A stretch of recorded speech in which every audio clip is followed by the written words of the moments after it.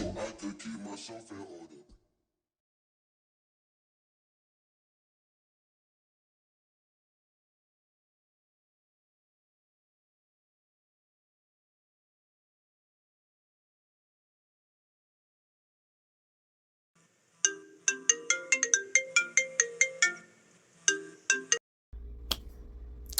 He got problems, she got problems. Only I got 411 problems. Hey, hi, what's up, y'all? It's time for another story time. Yes, you see the title. This lady said I stole her daddy. Guilty. Hands in the air. I guess. I don't know. In all actuality, I think the whole situation was crazy. Okay, I gotta give you a little backstory so it'll make sense. My grandfather was a commercial fisherman. He was a carpenter. He literally was the jack of all trades, right? He can build a house, he can fix plumbing, he can do all of this without going to technical college, technical school, whatever. Because back then, I think my grandfather went up to third grade. It's either third grade or seventh grade. That was the highest grade that he completed.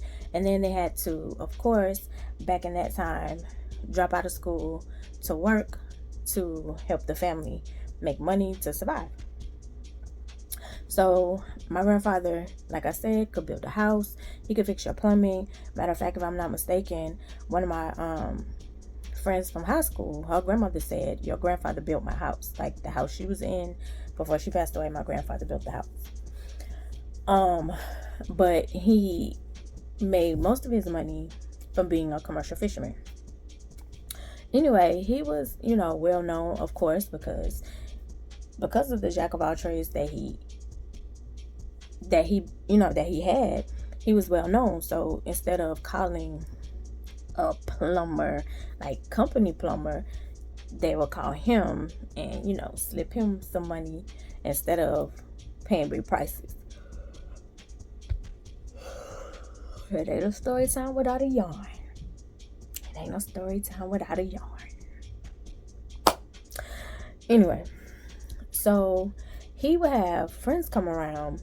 Older people, of course, around his age. At this time, I'm guessing 50, 60. So I think my grandmother, when she passed, was in her 50s.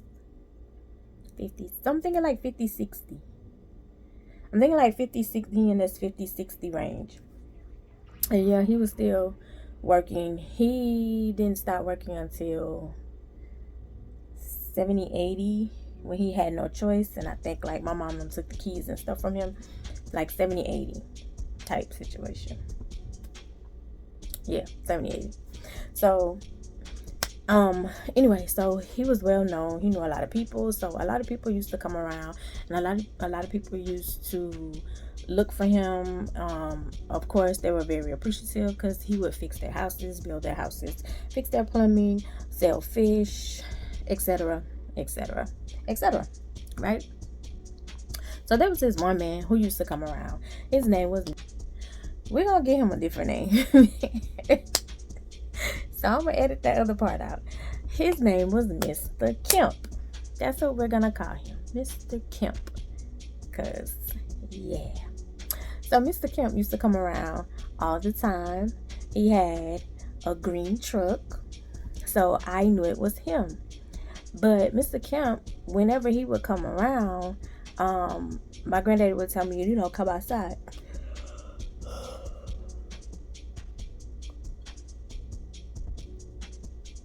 At this point, my granddaddy would tell me, come outside. So I would come outside, and Mr. Kemp would have a huge box full of chips, candy, fruit, and I'm talking about like the good fruit, like plums, peaches, strawberries. He would have these huge boxes just for me. And I'd be like, all of this for me? And he's like, yeah. And he's like, your grandbaby, she's so beautiful, she's so pretty.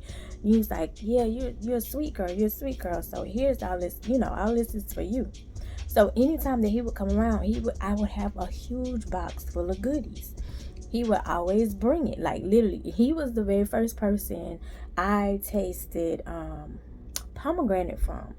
And he was like, I brought you some pomegranate. And I thought it looked so cool when he opened it up. And I was like, oh, thank you. Like, he would be, excited to bring me gifts. And he would always say, you're so pretty, you're so beautiful. It was always outside the house. And my granddaddy was always right there.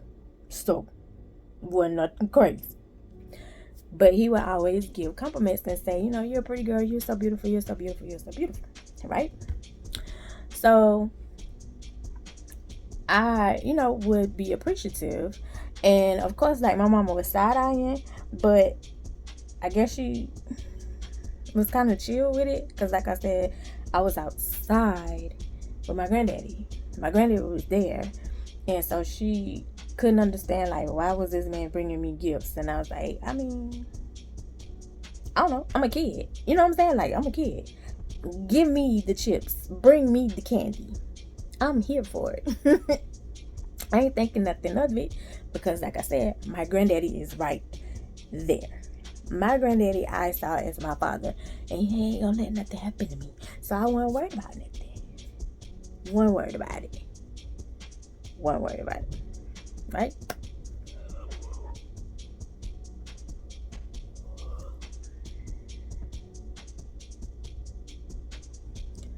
Anyway, so time goes on, and you can tell, like, my grandfather is getting older, and lo and behold, I would say 10-15 years later, and I would say 10 or 15 years later, Mr. Kemp passes away, because I said the man's name. So I have to put the new name in here. I gotta edit that out. So, like I said, 10 or 15 years later, Mr. Kemp passes away, right? So, I send my condolences, but I don't go to the service, right? Because when my mama said it, and I was like, who is that? And so she was like, the man in the green truck who used to bring you stuff all the time. And I was like, oh man, I send my condolences. Sorry, sorry for their loss. Prayers to the family. Yeah, he was really a nice man. And at the time, I don't think my grandfather could go. I'm not sure. I don't want to say he did. I don't want to say he didn't because I don't remember. Anyway, fast forward. My grandfather now is 100. Yes, 100. So we are attending. Me and Ty are attending my grandfather's 100 birthday party. He had turned 100 years old. We were all celebrating. We was all excited, and we were celebrating at the church. In the neighborhood, well, basically his church, his home church. So, of course, I lived out of town. Where did I live? Okay, yeah, I lived out of town, so me and Ty had to travel down there. So, and here's some of the pictures to the party. I'm gonna insert some if I find them, because I think I have a few, but I'm not gonna insert the ones with Ty and other people. Well, I might just blur out their face because they don't want to be on here. So I might just blur out the face. And yeah. Anyway, here goes some pictures.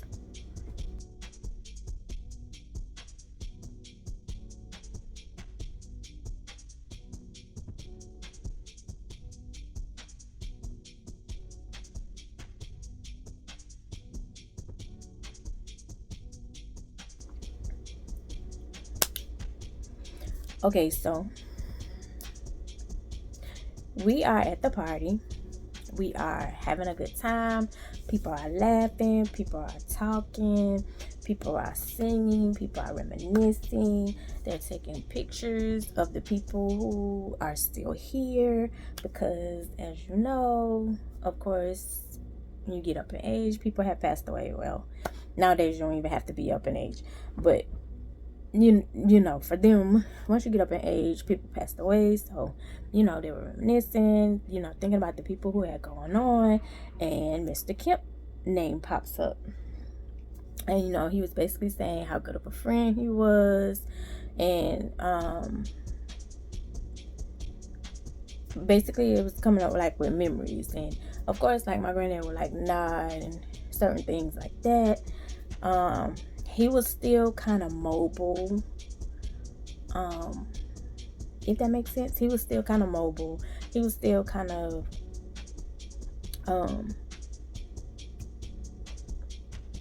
coherent. So he I'm gonna insert a clip of him dancing to his favorite song. You won't hear the whole song, but you'll see him dancing and moving because he loved this song.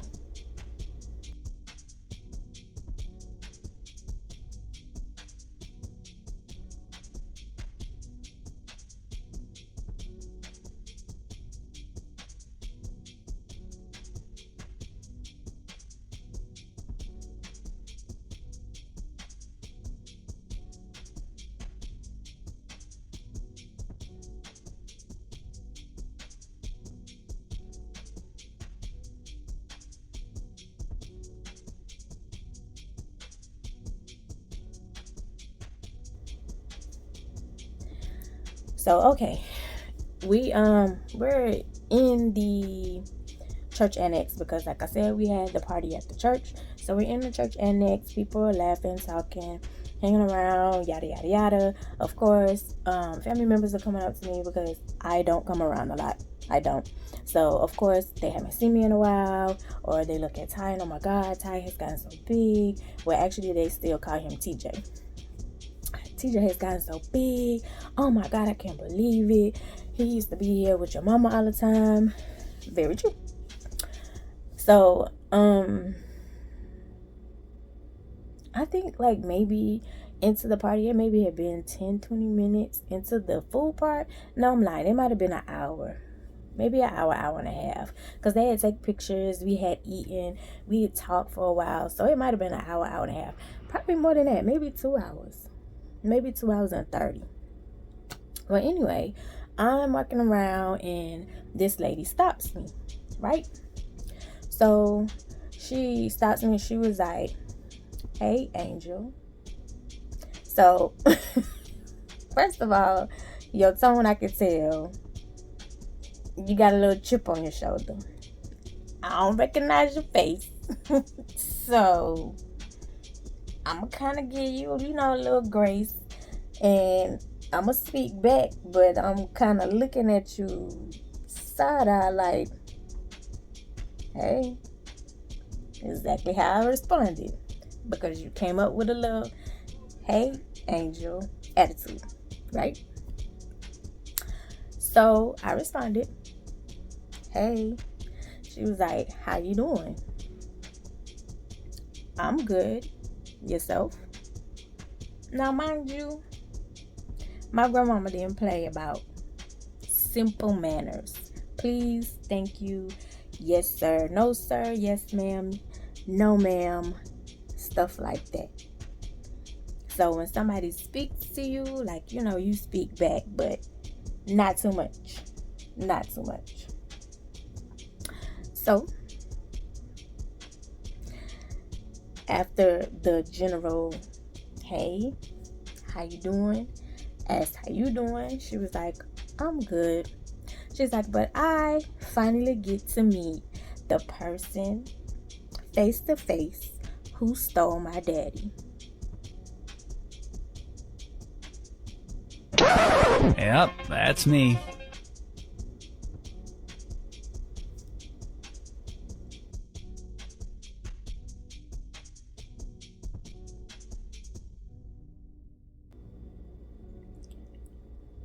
"I stole your daddy?" Girl, wait, what? Wait, what?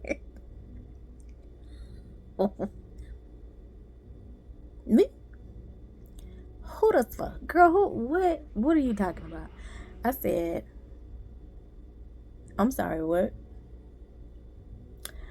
Oh, all I heard about was how pretty you were, how perfect you were, and how he was taking all these gifts to you. And every time I turned around, you were getting these big boxes and stuff full of candy and chips and all these snacks and fruits. And I got nothing. Now, I don't believe she didn't get nothing. I think she was just in her feelings, and so you was trying to exaggerate the story. But, I mean, at times, sometimes we all embellish, and I think she was embellishing. But then again, I don't know, because she had a whole major attitude about some chips and fruit and shit, which don't make sense to me. Back to the story.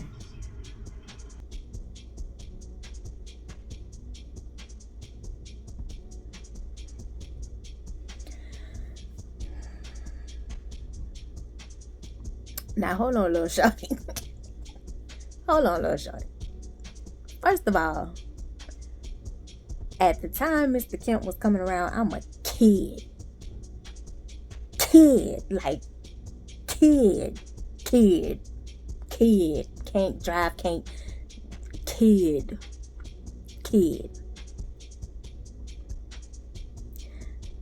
The issues you have with your daddy is not because of me.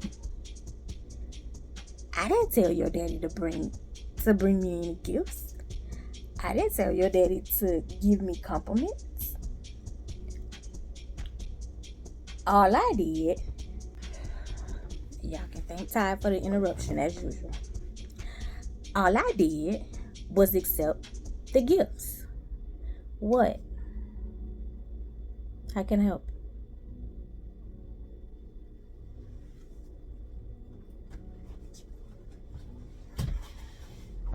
Don't have kids. Anyway, all I did was accept the gifts. Again, at this time that Mr. Kemp is bringing me gifts, I'm a kid. He's a friend of my grandfather. I'm a kid. So you walking up to me with an attitude. Years later, you in your 50s, 60s, telling me I stole your daddy. Girl, what? And you mad about some potato chips and some snacks and fruit? Hold on, player. You literally went into detail of how your daddy would say how beautiful I was over and over, how he never called you beautiful, how he bragged about what he needs to get me the next time to fill up my box of gifts and candies and snacks. He just went on and on and on and on and on about his little angel, and it was never anything about you. Well, excuse me, ma'am. I ain't have nothing to do with that. All I did was exist. All I did was accept the gifts that my granddaddy called me downstairs out of the house to come get from Mr. Kemp, who brought me the boxes. How you gonna tell me I stole your daddy? No, ma'am. You have some childhood trauma that you need to deal with, and you blaming me for, and you telling me about it at my grandfather's 100th birthday party. I don't think there's any water. Check and see. That was dumb.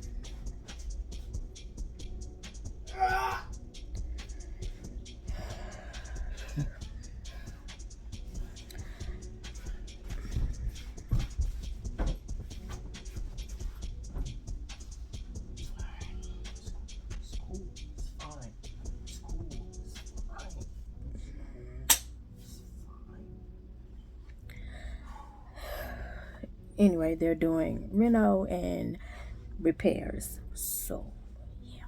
Anyway, so you bringing your childhood trauma to me that you should have discussed with your daddy before he went to see Jesus. Not come to me at my grandfather's 100th birthday party where everybody is eating, drinking, laughing, having a good time, reminiscing. Here you come with your childhood trauma telling me I stole your daddy. Girl, I ain't know nothing about you, to be totally honest, because he never said he even had a kid. Not my fault. Not my fault. So how you gonna come up to me, a grown behind lady, and telling me I stole your daddy? Girl, I ain't steal your daddy, but I appreciate the boxes, I appreciate the snacks and the gifts and the candy, because baby, I love food. But what really were you expecting from me? What did you want me to say? You wanted me to apologize for your daddy bringing me gifts? You wanted me to apologize to you or say like, yo, I didn't steal your daddy. I'm so sorry that he brought me gifts. I'm so sorry. He thought I was beautiful. What were you expecting from me? So I'm literally standing there looking at you.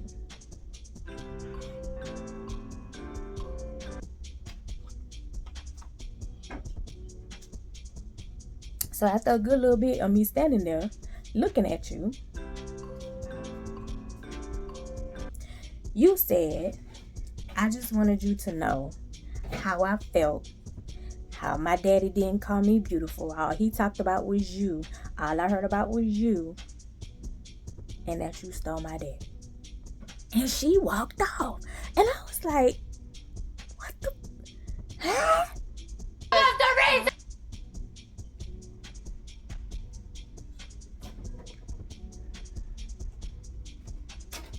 I'm about to slap top.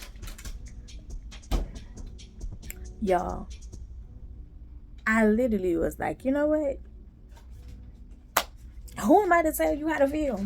Who am I to tell you how to feel, Mom? As long as you ain't put your hands on me, it ain't nothing I can do to change your mind, because your mind is already made up that I stole your daddy. You was mad that your daddy was talking about me and buying me gifts and stuff. Y'all, I'm done with this story time, because at this point my kid is in here and he has completely ruined all my content. So at this point this story is over.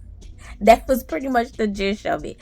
I just wanted y'all to know, you know, this lady was like, I stole her father. Basically, my issue was she was grown as hell. You was older than me. You like 20, 30 years older than me, coming to me at my grandfather's 100-year birthday party telling me I stole your daddy. You got some childhood trauma that you need to go to therapy about, and you need to talk to your daddy about. Matter of fact, go to the graveyard and go confess your stuff over there, not come in my face and tell me I stole your daddy. Anyway, I love you the most because you're definitely the dopest in your life, and I'll see you in the next one. Bye.